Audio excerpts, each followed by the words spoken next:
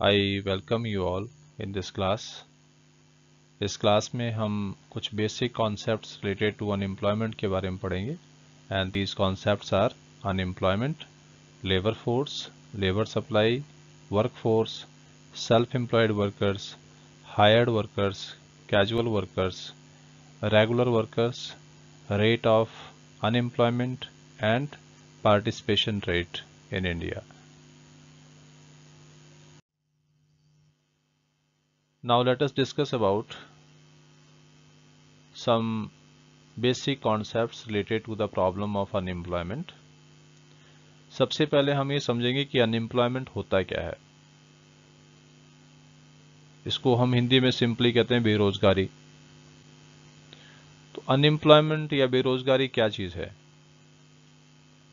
Unemployment refer to a situation when people are willing to work at the existing wage rate and they are able to work also, but they are not getting work to do. तो unemployment एक ऐसी situation को indicate करता है जिसमें लोग मजदूरी की वर्तमान दरों पर काम करने के लिए योग्य भी हैं और इच्छुक भी हैं, वो तैयार भी हैं काम करने के लिए, लेकिन उनको काम मिल नहीं रहा है। तो ऐसी सिचुएशन को हम कहते हैं unemployment. Next concept is who is a worker. Worker कौन होता है? A worker is an individual who is engaged in some production activity. Worker एक ऐसा आदमी होता है जो किसी न किसी प्रोडक्शन एक्टिविटी में एंगेज होता है, कोई ना कोई काम वो करता है जिससे प्रोडक्शन होता है, आइदर गुड्स का या सर्विसेज का। तो इस तरह से जो वर्कर होता है वो प्रोडक्शन एक्टिविटी में मदद करता है। अल्टीमेटली एक तरह से हम कह सकते हैं कि वो जीडीपी को बढ़ाने में अपना योगदान देता है, उसको हम कहते हैं worker. Next is self employed workers. तो सेल्फ एम्प्लॉयड वर्कर जो हैं वो कौन से वर्कर होते हैं? जो अपना कोई ना कोई काम या अपना कोई बिजनेस करते हैं। मतलब ऐसे वर्कर जो सेल्फ एम्प्लॉयड है, अपना कोई ना कोई काम कर रहे हैं। जैसे एक फार्मर है, वो अपने खेतों में काम कर रहा है। इसी तरह कोई टेलर है, वो अपनी शॉप में टेलरिंग का काम कर रहा है। कोई शॉपकीपर है, वो अपनी दुकान चला रहा है। कोई दूध बेचने वाला है, मिल्कमैन है, तो वो भी सेल्फ एम्प्लॉयड है। कोई वेजिटेबल सेलर है, वो भी सेल्फ एम्प्लॉयड है। तो बहुत सारे प्रोफेशंस हैं इस तरह के जिसमें लोग अपने अपने काम में लगे हुए हैं। जैसे आप देख सकते हैं जो भी मार्केट होती है, जब आप मार्केट में जाते हैं कोई भी सामान खरीदने के लिए, छोटी मार्केट, बड़ी मार्केट, वहां पर अनेकों तरह की दुकानें आपको मिल जाएंगी। कोई छोटे साइज की होंगी, कोई बड़े साइज की होंगी। कुछ लोग जो है वो ठेले पे भी अपना कोई ना कोई चीजें बेचते हैं बना के। कोई टेबल्स बेचते हैं, कोई वेजिटेबल बेचते हैं, कोई सी और चीज को बेचते हैं। तो किसी न किसी काम धंधे में वो लोग लगे रहते हैं, उनको हम कहते हैं self employed. Next is hired workers. Hired worker कौन से होते हैं? ऐसे वर्कर जो मजदूरी पर काम करते हैं। मतलब वो किसी के लिए कोई काम करेंगे, उसके बदले में मजदूरी लेंगे, उसको हम कहते हैं हायर्ड वर्कर्स।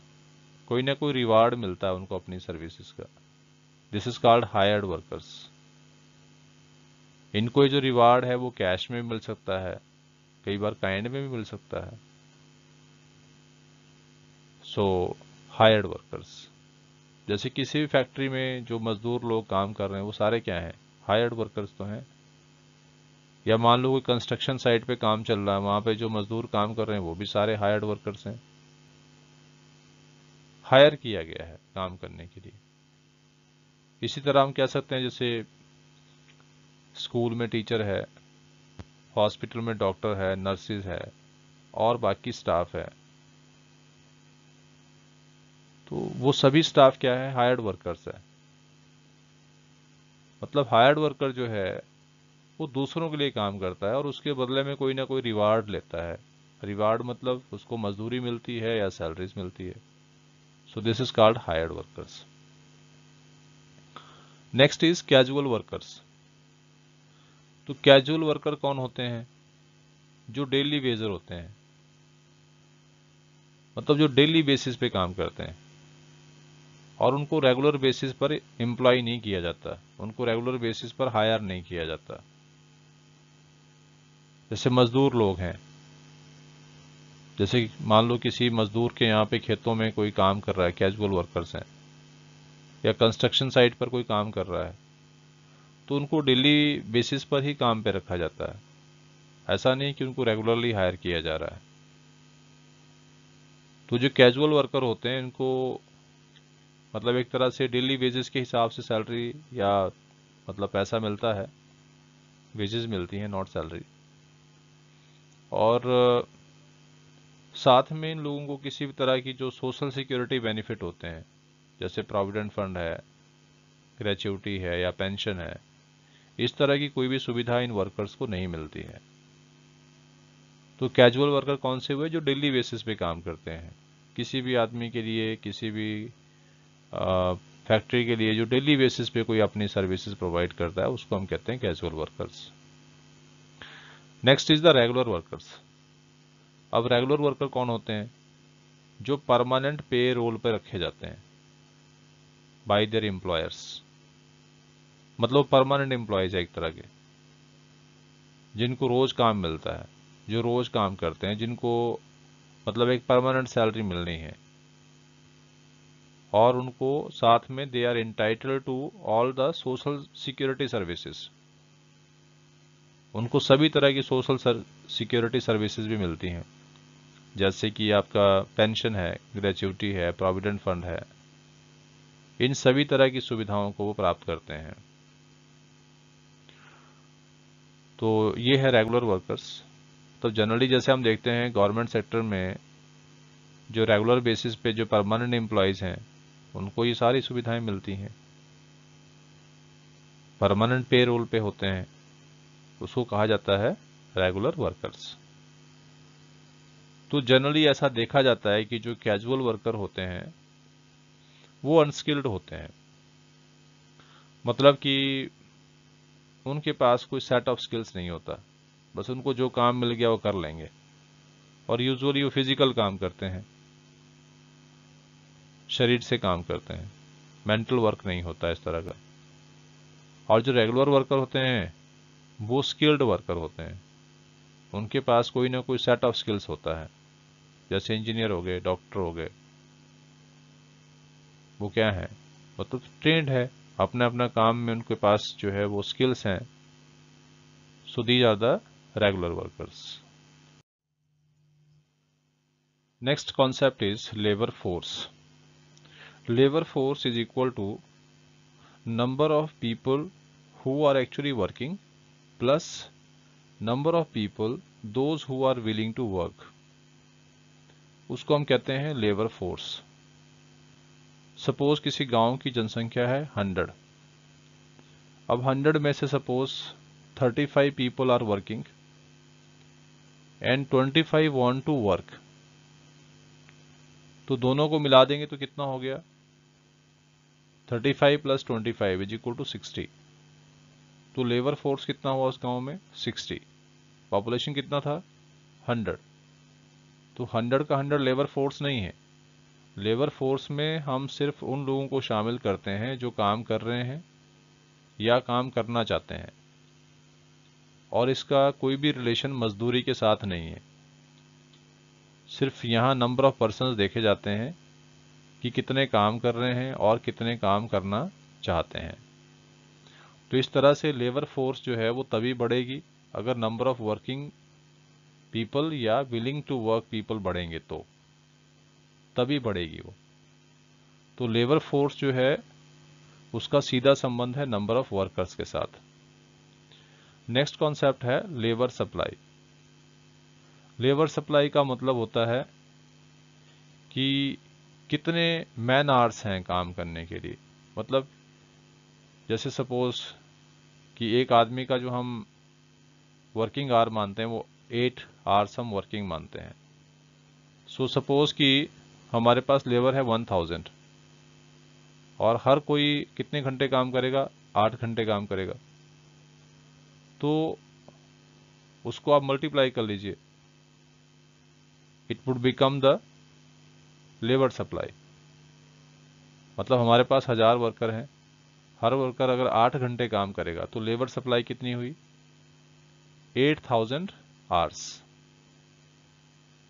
और जो लेबर सप्लाई है उसका जो रिलेशन है वो मजदूरी के साथ होता है। मजदूरी बढ़ती है तो लेबर सप्लाई बढ़ती है, मजदूरी कम होती है तो लेबर सप्लाई भी कम होती है। तो ये समझना जरूरी है कि लेबर फोर्स जो है उसमें कमी या वृद्धि जो होती है वो उस समय भी हो सकती है जब नंबर ऑफ वर्कर सेम हो। मतलब वर्कर तो सेम है, सपोज 1000 ही वर्कर हैं हमारे पास, लेकिन मान लीजिए कि मजदूरी की दरें बढ़ गई, अब वो 8 घंटे की बजाय 10 घंटे काम करना चाहते हैं। तो पहले हमारे पास लेबर सप्लाई कितनी थी, 8 घंटे के हिसाब से 8000 आवर्स, लेकिन अब 10 घंटे काम करने के लिए तैयार हैं सभी मजदूर, तो हमारे पास लेबर सप्लाई कितनी हो जाएगी, 10,000 आवर्स। तो लेबर सप्लाई जो है उसको हम मापते हैं नंबर ऑफ वर्किंग आवर्स में। Next is work force. So work force का मतलब क्या होता है, it refer to the number of persons actually working. इसमें सिर्फ हम उन लोगों को लेते हैं जो एक्चुअली काम कर रहे हैं, जो काम करना चाहते हैं उनको इसमें शामिल नहीं किया जाता। उसको हम क्या बोलते हैं, वर्क फोर्स। तो अगर हमने वर्क फोर्स को अगर कैलकुलेट करना है तो हम उसको कैसे निकाल सकते हैं, work force is equal to labour force minus number of persons who are not working but are willing to work. तो labour force is equal to work force is equal to labour force minus number of persons who are willing to work but are not getting work. तो उसको हम कहते हैं work force. तो इस तरह अगर हमने नंबर ऑफ पर्सन्स अनएम्प्लॉयड निकालना हो कि कितने लोग काम तो करना चाहते हैं लेकिन काम नहीं मिल रहा है उनको, so number of unemployed is equal to labour force minus work force. Labour force में से जब हम वर्क फोर्स को लेस करते हैं तो ये क्या निकलाता है, number of persons unemployed. Next point is rate of unemployment. तो रेट ऑफ अनएम्प्लॉयमेंट क्या होता है, it is the ratio of number of persons unemployed divided by size of labour force multiplied by 100. So this is known as rate of unemployment. Unemployment का rate निकालने के लिए हम क्या करते हैं कि जितने लोग अनएम्प्लॉयड हैं उनकी संख्या को हम डिवाइड करते हैं टोटल लेबर फोर्स से और मल्टीप्लाई करते हैं 100 से। So this becomes equal to rate of unemployment. Next concept is participation rate. तो ये पार्टिसिपेशन रेट क्या है, participation rate is equal to total work force divided by total population multiplied by 100। तो इसको हम कहते हैं पार्टिसिपेशन रेट। तो पार्टिसिपेशन रेट को एक तरह से हम ये कह सकते हैं कि it refer to the percentage of population actually working. जितने लोग जो है वो काम कर रहे हैं उसका percentage, this is known as what, the participation rate. So these were some concepts related to the problem of unemployment. I hope that you like this content. If you find it meaningful and helpful to you, then please share it to other students also. so that they can be also benefited from this. Thank you.